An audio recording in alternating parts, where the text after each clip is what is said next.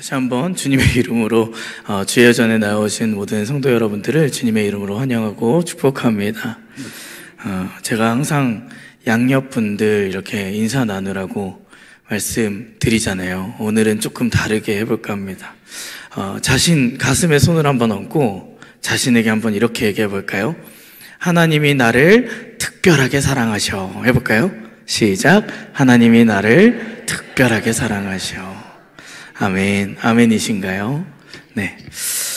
오늘 말씀을 통하여서 하나님의 시선으로 본다면 어떤 것들이 다를까 하는 것들을 좀 함께 묵상해 보았으면 좋겠습니다. 뭐가 좀 달라졌죠? 예. 공사가 굉장히 잘 됐어요. 그래서 화면이 선명해졌고요. 그 첫 타자가 제 얼굴인 것에 머리 숙여 깊이 진심의 사죄의 말씀을 드립니다. 예, 잘생긴 얼굴을 보셔야 되는데 하필이면 첫 타자로 이렇게 키 작고 못생긴 아유 할렐루야 감사합니다. 하나님의 시선이에요. 예, 할렐루야 감사합니다. 죄송합니다. 물 한 모금만 제가.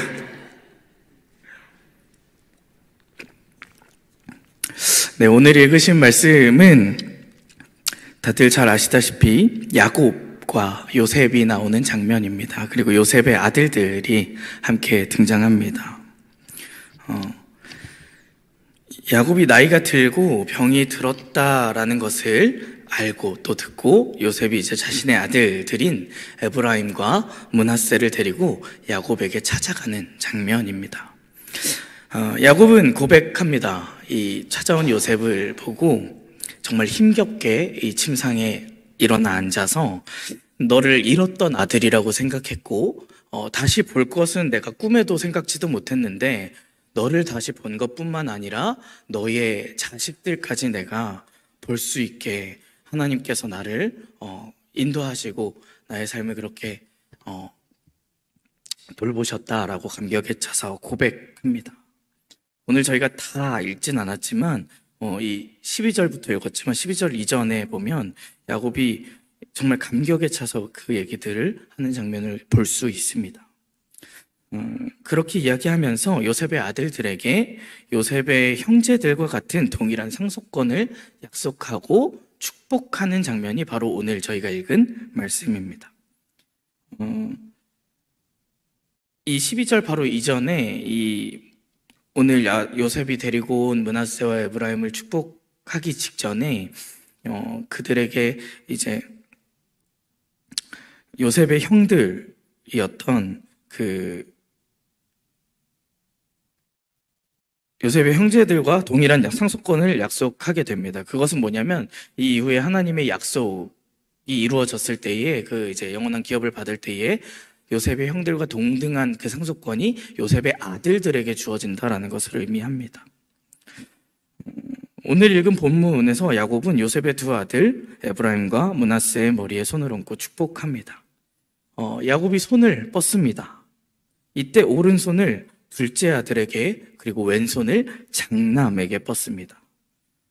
이때 이전 말씀의 기록에 살펴보면 야곱의 눈이 어두워졌다라고 기록하고 있어요. 그래서 야곱이 눈에 어두워져서 잘 보이지 않는 것을 감안한 요셉이 아버지 야곱이 축복을 손쉽게 할 수 있도록 야곱을 배려해서 오른손과 왼손을 그냥 뻗으면 되도록 아버지의 오른쪽에 장남 므낫세를 아버지의 왼쪽에 차남 에브라임을 이렇게 데리고 가서 자리를 잡아줍니다.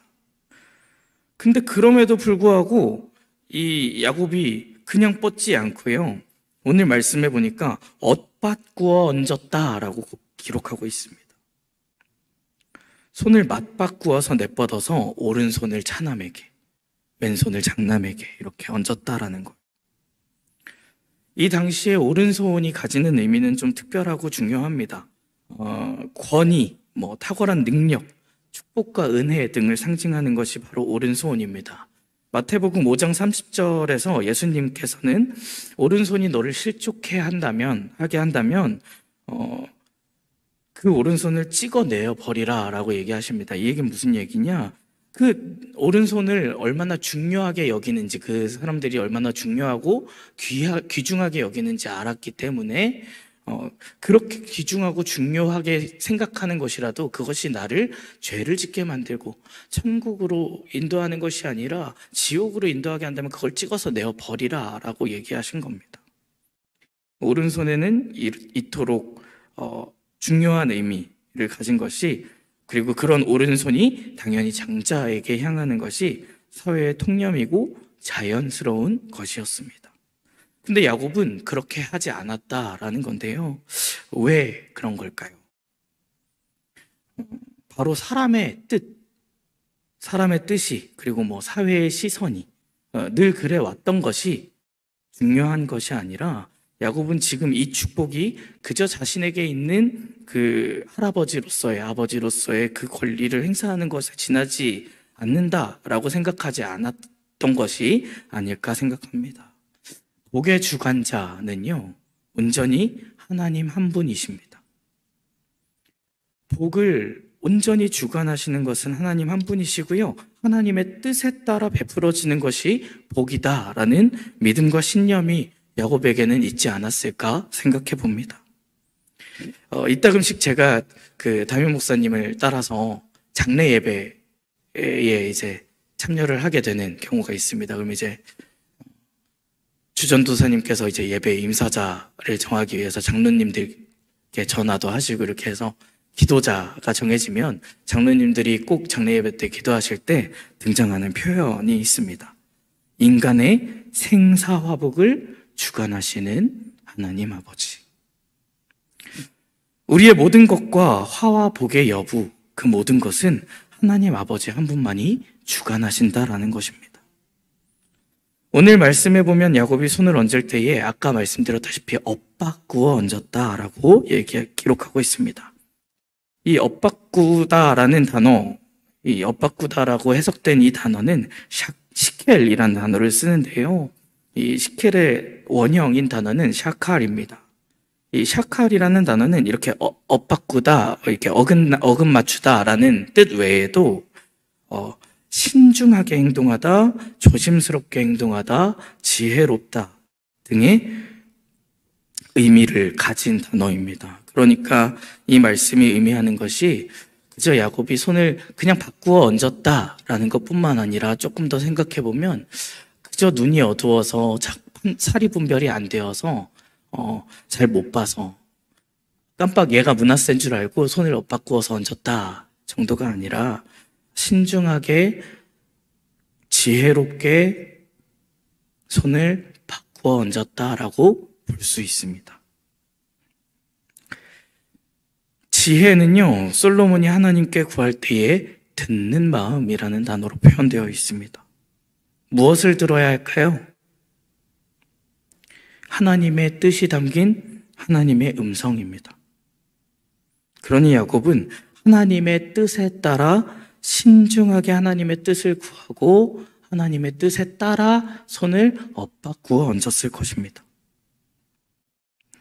근데 이때 오늘 말씀해 보면 요셉은요, 야곱의 그런 속도 모르고 손을 어긋나게 얹은 것을 보고 기뻐하지 아니하였다라고 기록합니다. 이 단어도 눈이 악해졌다라고 직역하면 그런 뜻인데요. 이 악해지다라는 단어를 조금 더 들어가면 근심하다, 싸납다라는 뜻이 있습니다. 이 단어를 생각해 보면 야곱이 손을 맞바꾸어 얹었을 때 요셉의 마음은 저 오른손이 얹은 아이는 장자가 아닌데, 우리 첫째 아들이 아닌데 왜 저러셨을까 하는 못마땅함과 또 눈이 어두워서 보지 못해서 그러신가 하는 근심함이 동시에 있지 않았을까 하는 생각도 해봅니다. 그렇기에 요셉은 야곱에게 간청합니다. 손을 바꿔달라고요.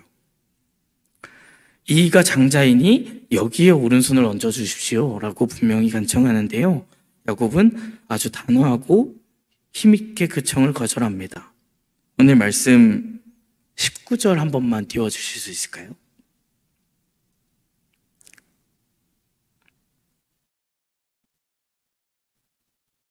함께 읽어볼까요? 시작. 그의 아버지가 허락하지 아니하여 이르되 나도 안다 내 아들아 나도 안다 그도 한 족속이 되며 그도 크게 되려니와 그의 아우가 그보다 큰 자가 되고 그의 자손이 여러 민족을 이루리라 하고.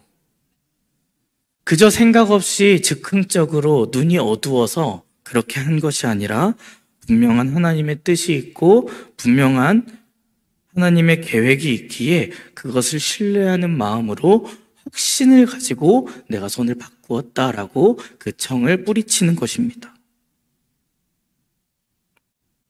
강한 영적인 확신이 들어있는 행동이었다라는 것을 의미한다고 볼 수 있습니다. 오늘 말씀을 통해서요, 우리는 한 가지를 분명하게 볼 수 있는데요. 하나님의 시선은 사람의 시선과 다를 수 있다라는 것입니다. 므낫세와 에브라임의 아버지 된 요셉의 입장에서 봤을 때에는 장자인 므낫세가 당연히 더 큰 축복의 오른손으로 축복을 받는 게 당연하고 그러기를 간절히 원했습니다. 그리고 그것이 맞다고 생각했습니다. 심지어 그것이 뭐 잘못된 생각이라거나 뭔가 굉장히 불순한 생각이 아니었습니다. 사회적으로 생각해 봤을 때 자연스러운 것이었다라는 것이에요. 그러나 오늘 하나님께서 야곱을 통해 보여주시는 것은 내 생각은 다르다라는 겁니다. 때때로 우리가 어떠한 일이 벌어졌을 때에 그리고 내 앞에 있는 어떠한 사람을 바라볼 때에 내가 겪은 경험과 내 기준과 내 잣대로 너무 쉽게 평가할 때가 많지는 않나 생각이 들었습니다. 그렇지 않나요? 심지어 그렇게 쉽게 내려진 그 평가는요, 참 쉽게 바뀌지도 않아요. 되게 오래가고 질기고 강합니다. 다윗을 보면 분명히 알 수 있습니다.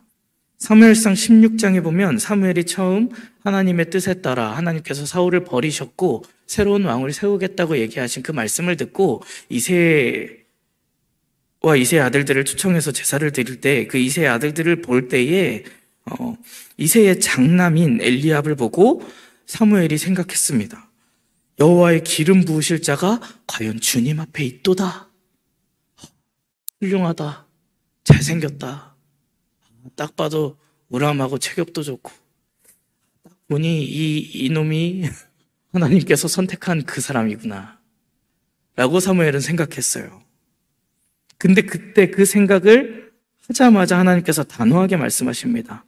그의 용모와 키를 보지 말라. 내가 보는 것은 사람과 같지 아니하니 사람은 외모를 보거니와 나 여호와는 중심을 보느니라. 또 이사야 55장에는 이렇게 기록하고 있습니다. 이는 내 생각과 너희 생각과 다르며 내 길은 너희의 길과 다름이니라. 여호와의 말씀이니라. 이는 하늘이 땅보다 높음같이 내 길은 너희의 길보다 높으며 내 생각은 너희의 생각보다 높음이니라. 하나님이 바라보시는 것은요, 지금 이 순간, 지금 이 잠깐, 지금이 내가 보고 있는 단면이 아니라는 것입니다. 하나님의 계획 속에서 하나님의 뜻대로 이끌어 가실 그 역사의 모든 순간들을 다 함께 바라보시며 그것의 한 단면을 지금 우리는 보고 있는 것이거든요. 말라기에서 신약에 이르기까지 담임 목사님께서 몇 번 얘기하시고 강조하셨었는데요. 그 400여 년의 시간 동안 하나님의 침묵기라고 불리는 사람들이 하나님께서 침묵하셨다. 하나님은 어디 계신가? 하나님께서 사라지셨다. 하나님은 뭐하고 계신가? 할 때에요. 하나님은 묵묵히 하나님의 계획과 하나님의 뜻과 하나님의 구원을 위하여 일하고 계셨습니다. 이스라엘이 애굽에서 430년 동안 이스라엘 노예로 있을 때에 모세에 이르기까지 하나님은 일하고 계셨습니다. 요셉이 형들의 질투를 받아 팔려가고 애굽에서 종이 되고 또 감옥에 갇히고 하는 그 오랜 시간 동안 요셉이 참 억울할 만한 일들을 겪음에도 불구하고 하나님은 그와 함께 계셨고 하나님의 일이심이 그와 함께 하였습니다. 그 하나님의 뜻을, 그 하나님의 시선을 우리가 알아야 한다라는 것입니다. 오늘 말씀에서 보는 야곱과 같이 말입니다. 그 하나님의 뜻을 우리가 알아야 하는데요, 그것은 우리의 뜻과 다를 수 있다라는 거예요. 그럼 우리는 그것을 어떻게 알 수 있을까를 고민해야겠죠. 아주 단순하고요, 우리가 귀에 못이 박히도록 들었던 이야기이지만요, 결국 기도와 말씀 말고는 없습니다. 기도함으로 하나님 앞에 나아가고요, 하나님과 대화함으로, 하나님의 음성을 들음으로, 하나님의 뜻을 구함으로 아는 수밖에는 없습니다. 말씀을 통해서 분명히 들려주시는 하나님의 그 세미한 음성을 듣는 것 밖에는 그 방법이 없습니다. 그것을 우리가 깨달아 알고 그 말씀에 맞추어 우리가 하나님의 뜻대로 행하게 되는 것, 오늘 하나님의 뜻에 따라 손을 엇바꾸어 내밀었던 야곱과 같이 그렇게 우리가 행하게 되는 것, 그것을 하나님이 원하시는 일일 줄로 믿습니다. 오늘 야곱은요, 하나님의 뜻을 분명하게 알았고요, 그 하나님의 뜻에 따라 손을 엇바꾸어 얹어 축복합니다. 하나님이 이 야곱의 손이 딱 엇바꾸어 내밀어졌을 때 하나님께서 분명히 그 뜻을 야곱에게 이렇게 들려주셨겠지요. 그게 아니야, 그렇게 뻗지 마, 이렇게 하셨을 거 아니에요, 그죠? 그러면 그 음성을 들은 야곱이 이렇게 예 하고 순종했을 때에 하나님 어떠셨을까요, 기분이? 심지어 그렇게 손을 뻗어서 얹었을 때 야곱이 축복하는 그 고백의 시작은요, 이때까지 나를 모든 환난에서 건지신 것, 나의 할아버지 아브라함과 나의 아버지 이삭과 나의 출생으로부터 지금 나이가 들어서 내가 눈이 어둡기까지 나를 기르신 것이 나의 하나님이시다 라고 고백함으로 이 축복을 시작합니다. 그 아버지 하나님의 마음이 어떠하셨을까요? 많은 분들도 이미 다 알고 계신 부분일 테지만 제가 아버지가 되어 보니까요, 그 부모가 되어 보니까 부모의 최고의 기쁨이 이렇게 뭘까 생각해 보았어요. 오늘 말씀 준비하면서. 그래서 내가 은우를 키우면서 우리 은우가 뭘 했을 때 내가 가장 기쁘지를 좀 생각해 보았더니요, 그것은 바로 내 마음을 내 자녀가 알아주는 거더라고요. 공감 안 되시나요? 네. 사실 자녀가 내 마음을 몰라줄 때가 너무 많아요, 그죠? 저도 아버지이지만 저 자녀잖아요. 우리 엄마 아빠가 참 속을 많이 끓이셨겠다라는 생각이 들어요. 기껏 신학교 왜 가냐 했던 거 다 뿌리치고 20살 때 나 서울 왔다고 나 이제 공부 열심히 하겠다고 해놓고 학교 때려치우고 다시 고향으로 소환당해서 기껏 이제 일반대 보내서 또 대학을 졸업시켜놨더니 이제 내가 다시 한번 그 길에 도전해보겠습니다. 그래서 대학원에 또 가겠다고 하고. 그 어머니 아버지께서 저가 선택했던 그 길을 반대하셨던 것이 분명히 나쁜 마음이 아니셨을 텐데, 그죠? 자녀는 부모의 마음을 모를 때가 참 많습니다. 근데요, 그 부모의 마음을 자녀가 알아줄 때 부모가 너무 기쁘더라고요.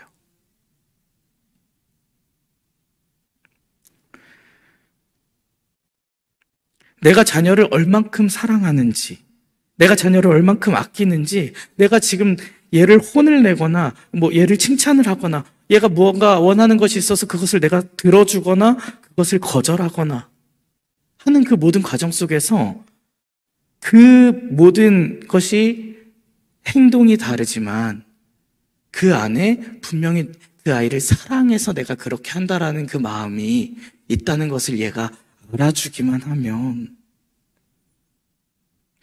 그거보다 마음이 좋은 것, 그거보다 기쁜 것은 없는 것 같더라고요. 제가 가끔 은우한테 그런 얘기를 해요. 은우야, 아빠가 은우 엄청 사랑해. 알아? 그럼 은우가 약간 이제는 제가 너무 많이 물어서 그런지 기계적으로 대답하거든요. 알아. 나도 아빠가 나를 사랑하는 만큼보다 내가 더 사랑한다고. 이렇게 대답해요. 되게 기계적이지만 어쨌든 대답을 그렇게 해줘요. 고맙게도. 근데 기계적으로 대답해도 그 대답이 너무 사랑스럽고 너무 좋고 너무 기쁘더라고요. 하나님께서 우리의 아버지가 되신다라는 것, 이러한 것을 담고 있지 않을까 싶습니다. 하나님의 뜻을 알고 하나님의 마음을 알아서 하나님의 마음에 따라 하나님의 뜻에 따라 우리가 삶을 선택하고 행동하고 살아가는 것. 그렇게 될 때에 하나님 아버지께서 얼마나 기쁘실까? 우리가 하나님의 시선을 알고 하나님의 시선으로 모든 것들을 바라보게 된다면 우리가 하나님의 뜻과 하나님의 마음을 듣는 마음, 그 지혜를 가지고 내 시선과 내 뜻과 내 계획이 아니라 하나님의 마음으로 그것을 바라본다면 세상을 바라보고 내 앞에 사람들을 바라보고 내 모든 삶의 순간들마다 나에게 닥치는 일들을, 그 사건들을 바라본다면 그리고 하나님의 뜻에 따라 어떻게 행동할지를 선택하고 나아간다면 하나님 아버지께서 내 새끼, 옆에 있는 천사들에게 저거 봐, 저게 내 새끼야 자랑하시지 않을까. 간절히 바라기는요, 저와 여러분 모두가 그러한 지혜가, 그러한 하나님의 시선이, 그러한 하나님의 마음과 뜻이 저와 여러분들의 마음 가운데에, 저와 여러분들의 생각 가운데에 있기를 간절히 소망합니다. 그러기 위하여서 아까 말씀드렸다시피 방법은요, 단순하고 하나밖에 없습니다. 기도와 말씀이에요. 지금 기도에 대해서 계속해서 배워가는 사순절 특별 새벽 예배를 진행하고 있습니다. 주님의 고난을 묵상하는 이 사순절의 기간에 기도에 대해서 더욱 알아가고 나를 위하여서 이 땅에 오신 예수님의 사랑을 깨달아 아는 귀한 기간이 되셨으면 좋겠습니다.